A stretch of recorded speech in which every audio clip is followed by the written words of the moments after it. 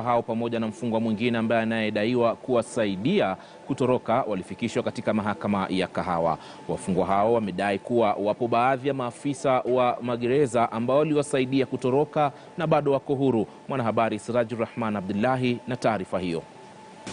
Ya makosa haya tunaomba mtu mwingine asikuje na hukumu nyingine ya kutuadhibu kule tutakapokuwa.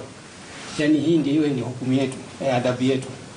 Kwa sababu labda tunaweza peleka kwingine tupate na adhabu zingine ambazo haujapita. Mabusu hao Musharraf Abdalla Akolungu, Muhammad Ali Abikar na Joseph Juma Odhiambo walikubali shtaka la kutoroka jela la Kamiti, lakini walikana mashtaka ya kuhusika na ugaidi kupitia kitendo chao cha kutoroka jela.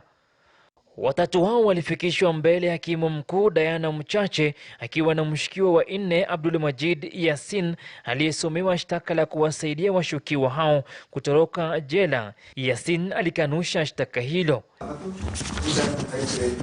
Kando na kukiri shtaka hilo, washukiwa hao walielezea mahakama namna walivyopanga jinsi ya kutoroka jela tarehe 14 mwezi huu.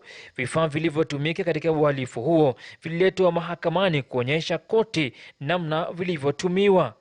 I find that because the accused persons are remorseful and have saved this court's time, na sababu washtakiwa nini mmejutia kwa vitendo yenu, the court will not sentence them to the maximum sentence prescribed and accordingly proceed to sentence each accused person to 15 months imprisonment. Wafungwa hao waliomba mahakama kutowapeleka tena katika gereza la Kamiti, wakidai kuwa baadhi ya askari jela waliowasaidia kutoroka hawajakamatwa. Ili mlazimu hakimu kumwita mshukiwa Abdalla Musharraf akimtaka kutoa orodha ya maafisa hao. Wakati huo askari jela waliokamatwa baada ya mahabusu hao kutoroka walikanusha mashtaka ya kuhusika na tukio hilo na kisha kuachiliwa huru kwa dhamana.